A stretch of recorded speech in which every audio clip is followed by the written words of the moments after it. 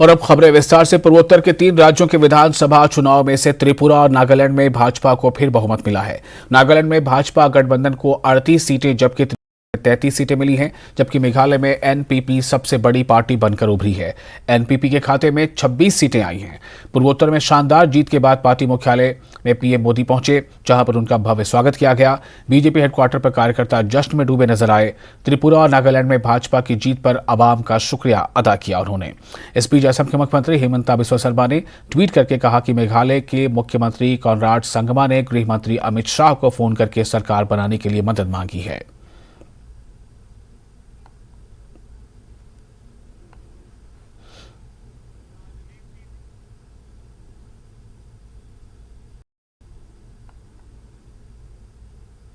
हमने सबका साथ, सबका विकास, सबका विश्वास और सबका प्रयास एक नया विकास मॉडल देश को दिया है। हमारे काम के तौर तरीकों में कोई भेदभाव नहीं होता। हम सबके विकास में भरोसा करते हैं। हम सबके लिए सेवा भाव से काम करते हैं। हमारी प्रेरणा है एक भारत श्रेष्ठ भारत। भाजपा का विकास मॉडल देश हित को सर्वोपरि रखता है। हमारे लिए देश प्रथम है, देशवासी प्रथम है। साथियों, हमारे देश में हमेशा से एक और पॉलिटिकल मॉडल रहा जिसमें पहले ऐसा कहते थे कि जो दूरदृष्टा होते हैं, स्टेट्समैन होते हैं, वो आने वाली पीढ़ियों का सोचते हैं और पॉलिटिशियन के लिए कहा जाता था कि वो अगले चुनाव का सोचते हैं। तो मुझे किसी ने एक बार कहा तो मैंने कहा अब कहावत और बदल गई है। बोले क्या?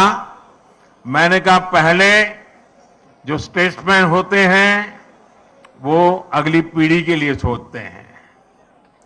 पहले कहा जाता था कि पॉलिटिशियन अगले चुनाव के लिए सोचते हैं, लेकिन आज तो समय ऐसा बदल गया है कि पॉलिटिशियन दूसरे दिन के अखबार में क्या छपेगा इस पर ही सोचते रहते हैं। शाम को टीवी में उनकी तस्वीर आएगी कि नहीं, यही सोचते रहते हैं। और इसलिए जो आसान चीजें होती हैं, जो जरा मुंह में पानी छूट जाए ऐसी चीजें होती हैं और जिससे लोगों को आसानी से गुमराह किया जा सकता है, उसी मॉडल पर चलने की फैशन बढ़ रही है। राजनीति के इस मॉडल में कठिन लक्ष्यों को हाथ ही नहीं लगाया जाता था। तब समस्याओं को ऐसे टाल दिया जाता था जैसे उनका कोई अस्तित्व ही नहीं है, समस्या की तरफ देखना ही नहीं। ये पॉलिटिकल मॉडल कठिनाइयों का हल नहीं करता था, बल्कि लोगों के जीवन को लंबे समय के लिए कठिनाई में जीने के लिए मजबूर कर देता था। भाजपा ने इस अप्रोच को पूरी तरह बदल दिया है। हम सबसे कठिन चीजों को हल करने के लिए कठिन से कठिन मेहनत करते हैं और तमाम मुश्किलों के बावजूद समाधान के जो भी रास्ते मिले उन रास्तों पर चलने का ईमानदारी से प्रयास करते हैं। हम ये नहीं देखते कि इस काम को करना कितना मुश्किल होगा, बल्कि हम ये देखते हैं कि अगर हमने इस काम नहीं किया तो लोगों का जीवन और कितना मुश्किल हो जाएगा। G20 देशों के विदेश मंत्रियों की बैठक दिल्ली में खत्म हो गई। इसमें यूएस, रूस, चीन, ब्रिटेन और फ्रांस समेत दुनिया की 20 बड़ी इकोनॉमीज के प्रतिनिधि शामिल हुए। मीटिंग के इनॉग्रल सेशन में पीएम मोदी ने कहा, कई साल प्रगति करने के बाद अब हमारे सामने कई चैलेंजेस हैं। कई विकासशील देश इस समय फूड और एनर्जी सिक्योरिटी के लिए ऐसे कर्ज तले दबे हैं जिन्हें वो संभाल नहीं पा रहे हैं। अमीर देशों ने जो ग्लोबल वार्मिंग की है उससे सबसे ज्यादा प्रभावित गरीब देश ही हैं। मीटिंग के बाद के विदेश मंत्री एस जयशंकर ने प्रेस कॉन्फ्रेंस करते हुए कहा कि ग्लोबलाइजेशन का वक्त है और इससे कोई देश अलग नहीं रह सकता। हर चुनौती का मिलकर सामना करना होगा, यही बात हमारे प्रधानमंत्री ने भी कही है। रूस के विदेश मंत्री सर्गेई लावरोव ने कहा कि यूक्रेन से जारी जंग की वजह से रूस नहीं बल्कि वेस्टर्न वर्ल्ड अलग थलग पड़ा है। भारत और रूस के रिश्ते बहुत खास हैं। रूस यूक्रेन जंग पर भारत के रुख की हम तारीफ करते हैं।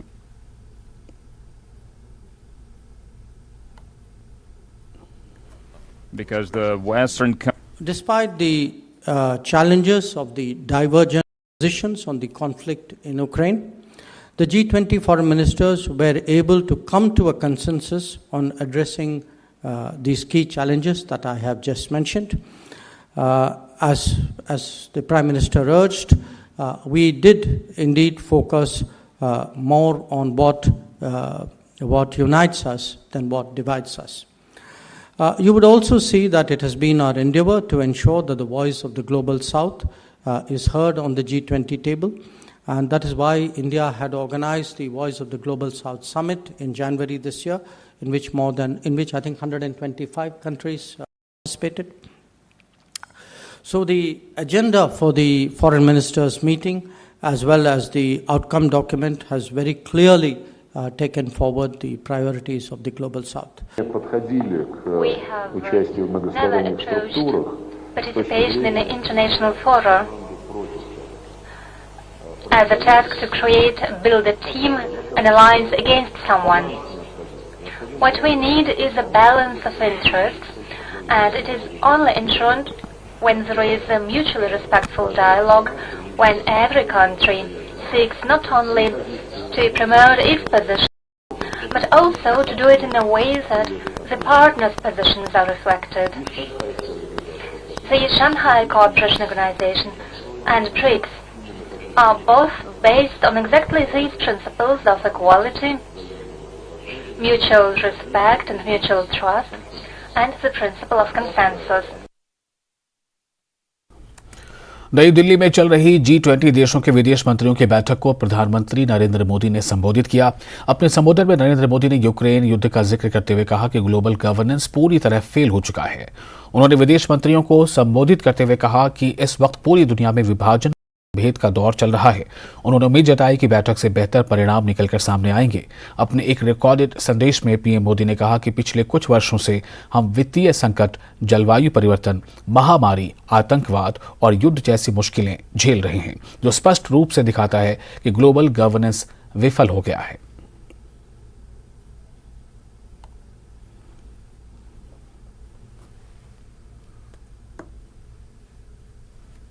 Financial crisis, climate change, pandemic, terrorism and wars clearly shows that global governance has failed in both its mandates. We must also admit that the tragic consequences of this failure are being faced most of all by the developing countries. After years of progress, we are at risk today of moving back on the sustainable development goals. Many developing countries are struggling with unsustainable debt while trying to ensure food and energy security for their people. They are also the ones most affected by global warming caused by richer countries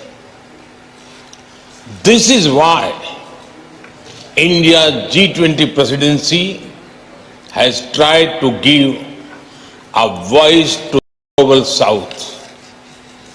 No group can claim global leadership without listening to those most affected by its decisions.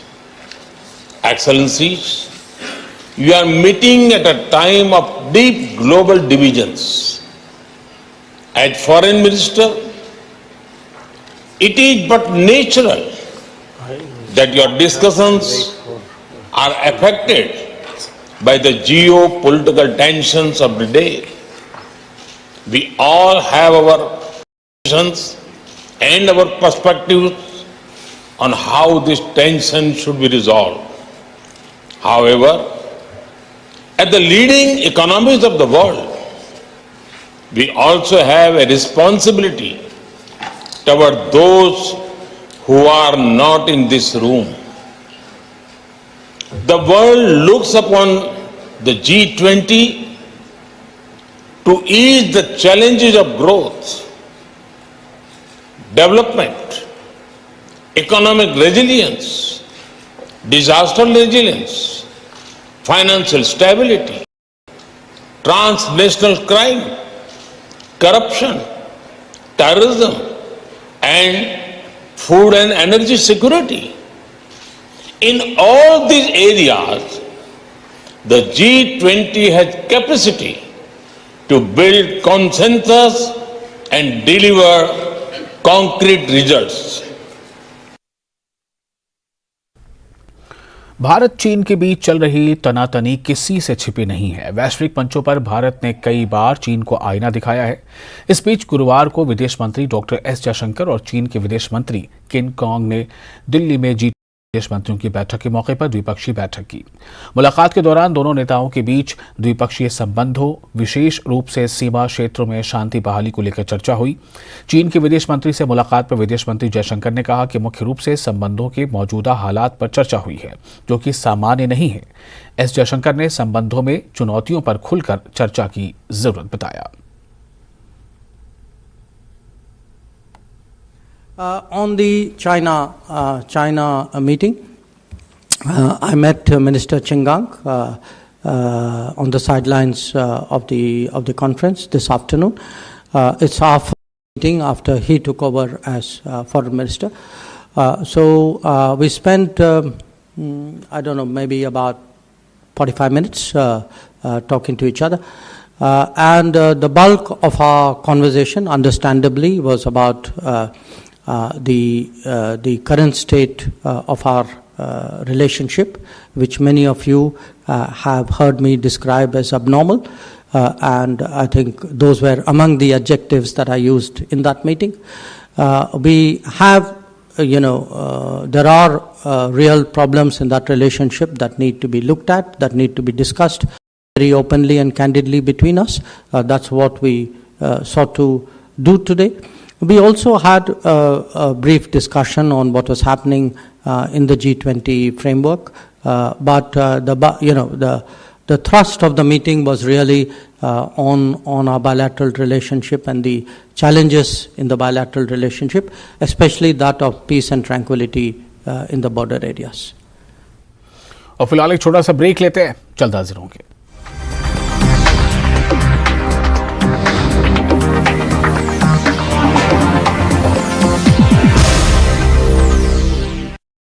News 18 Network.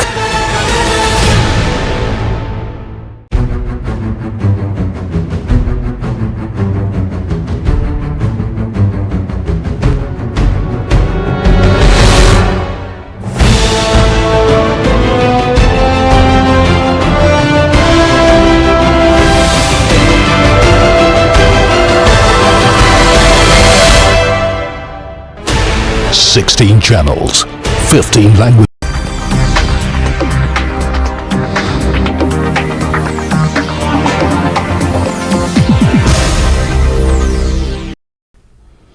Break के बाद एक बार फिर आपका स्वागत है। आप देख रहे हैं न्यूज 18 JKLH। इटली की प्रधानमंत्री जॉर्जिया मेलोनी ने 2 दिवसीय भारत दौरे पर है और उन्होंने आज प्रधानमंत्री नरेंद्र मोदी से मुलाकात की। इस दौरान दोनों नेताओं के बीच द्विपक्षीय वार्ता भी हुई, जिसमें आपसी सहयोग और देशों के बीच मजबूत संबंधों पर चर्चा हुई। संयुक्त प्रेस वार्ता में इटली की प्रधानमंत्री ने पीएम मोदी की प्रशंसा की और उन्हें एक विश्वविख्यात बताया। उन्होंने कहा कि मोदी जी वाकई इनकी प्रशंसा की जानी चाहिए। Prime Minister Modi knows that he can rely on our cooperation, full round support for the upcoming G20 Indian Summit, G20 Summit. They can rely on Italy, on our government to further enhance our relations. I firmly believe that there's a lot that we can do together, and I'm not sure if this will lead me to the approval rate that the Prime Minister Modi has reached. I think he's the most loved one of all around the world. But I mean, this has really proven that he has been a major, and congratulations for that, Prime Minister. Supreme court ने चुनाव आयोग में मुख्य चुनाव आयुक्त और चुनाव आयुक्त की नियुक्ति पर ऐतिहासिक फैसला दिया है। अब पीएम, लोकसभा में नेता प्रतिपक्ष और सीजेआई मिलकर मुख्य चुनाव आयुक्त और चुनाव आयुक्तों का चयन करेंगे। सुप्रीम कोर्ट ने मौजूदा प्रक्रिया को खारिज कर दिया है। अदालत ने कहा कि अब मुख्य चुनाव आयुक्त और चुनाव आयुक्त की नियुक्ति का भी वही तरीका होगा जो सीबीआई चीफ के नियुक्ति का है।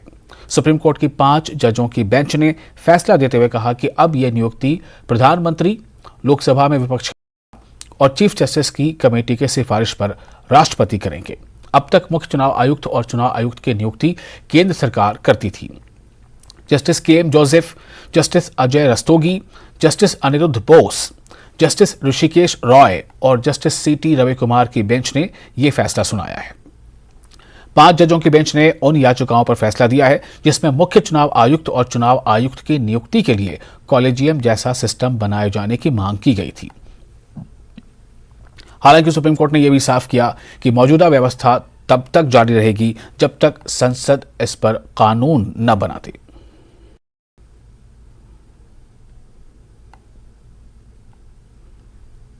बहुत ऐतिहासिक फैसला है जो लोकतंत्र के ऊपर बहुत असर डालेगा, क्योंकि आज तो हम देख रहे थे कि इलेक्शन कमीशन बिल्कुल सरकार के इशारों पर नाच रहा था और उसका एक कारण यह था कि सरकार जिसको चाहे बना देती थी। जी, कोर्ट ने हमारी अपील को एक्सेप्ट किया है और उन्होंने एक कमेटी बनाने के लिए कहा है। 2 महीने में एक रिपोर्ट सबमिट करनी है जिसमें सारी एजेंसीज को पार्टी बना के एक रिपोर्ट सबमिट करनी है 2 महीने के अंदर। उत्तर प्रदेश के हाथरस के बोलगढ़ी में हुए गैंग रेप के मामले में गुरुवार को फैसला आया है। बोलगढ़ी प्रकरण में SC/ST कोर्ट के स्पेशल जज त्रिलोक पाल ने फैसला सुनाया है। अपने फैसले में उन्होंने 3 आरोपियों को सामूहिक रेप में दोष मुक्त कर दिया है, जबकि 1 आरोपी को दोषी करार दिया है। हाथरस में 14 सितंबर 2020 को एक दलित लड़की के साथ कुछ युवकों ने गैंग रेप किया था, जिसके बाद उस लड़की को खराब हालत में दिल्ली स्थित सफदरगंज अस्पताल में भर्ती कराया गया था। लेकिन इस घटना के करीब 15 दिन बाद यानी 29 सितंबर को पीड़ित लड़की की मौत हो गई, जिसमें गुरुवार को SC/ST कोर्ट ने फैसला सुनाया है। कोर्ट ने अपने फैसले में लव कुश, रामू और रवि नाम के आरोपियों को बरी कर दिया है। हालांकि कोर्ट ने 1 आरोपी संदीप को दोषी करार दिया है। कोर्ट ने उन्हें 304 और SC/ST एक्ट में दोषी पाया है। कोर्ट के इस फैसले पर पीड़ित परिवार ने ऐतराज जताया है। वहीं पीड़ित परिवार ने बोलगढ़ी कोर्ट के इस फैसले के खिलाफ हाईकोर्ट जाने की बात कही है।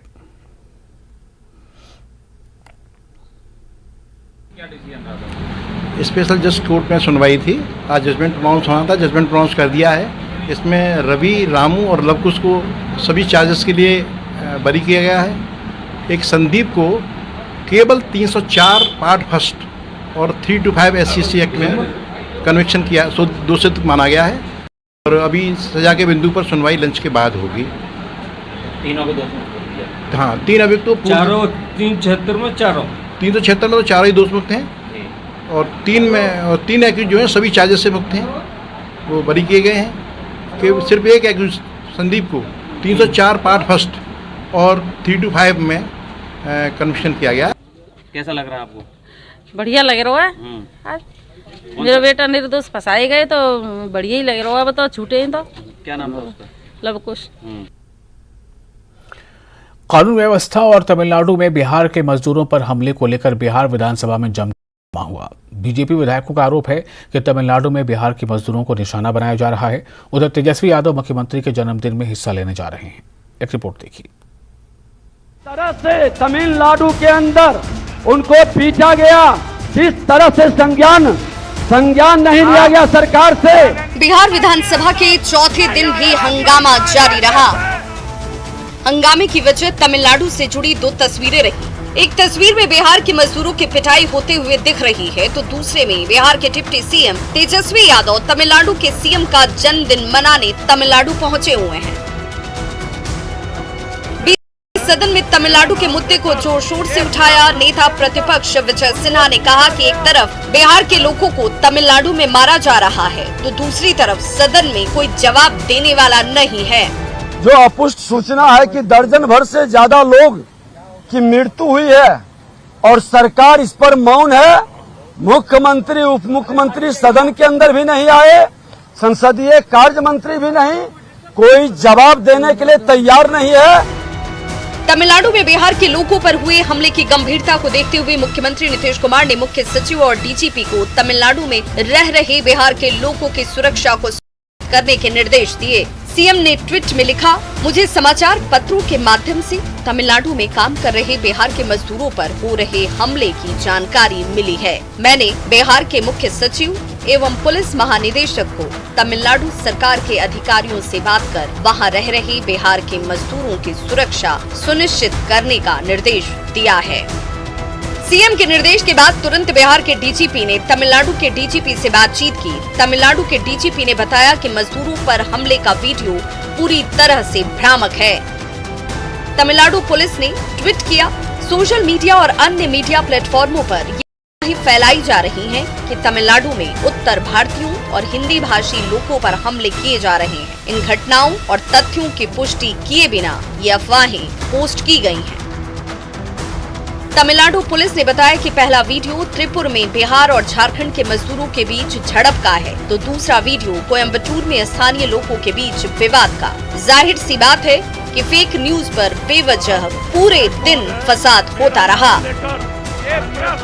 न्यूज 18 के लिए पटना से शैलेंद्र और अमित कुमार की रिपोर्ट। एमपी कांग्रेस विधायक जीतू पटवारी को सत्र के लिए सस्पेंड कर दिया गया है। स्पीकर के इस फैसले के खिलाफ जीतू पटवारी ने आमरण अनशन की बात कही है। बीजेपी का कहना है कि सदन को पटवारी लगातार गलत तथ्य देकर गुमराह कर रहे थे, जबकि कांग्रेस का कहना है कि पोल खोलने पर सीएम के दबाव में कार्रवाई की गई है। कांग्रेस ने स्पीकर के खिलाफ अविश्वास प्रस्ताव लाने का फैसला लिया है।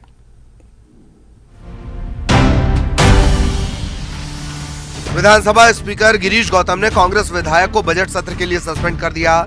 सदन में गलत तथ्य रखने को लेकर स्पीकर ने खेद व्यक्त करने को कहा, लेकिन पटवारी ने इनकार कर दिया। इसके बाद स्पीकर ने उन्हें सस्पेंड कर दिया। एक व्यक्ति जिसका नाम जीतू पटवारी, वो लगातार झूठ का सहारा लेके पूरे प्रदेश को गुमराह कर, इसके बाद ये लगातार इस तरह के कुछ प्रयास होते रहे। आज भी उन्होंने लगातार असत्य बोला, झूठ बोला सदन के अंदर। पहले बात से लगातार झूठे आंकड़े, झूठे कहानी, झूठे किस्से सुनाए। इधर स्पीकर के फैसले का कांग्रेस ने विरोध किया है।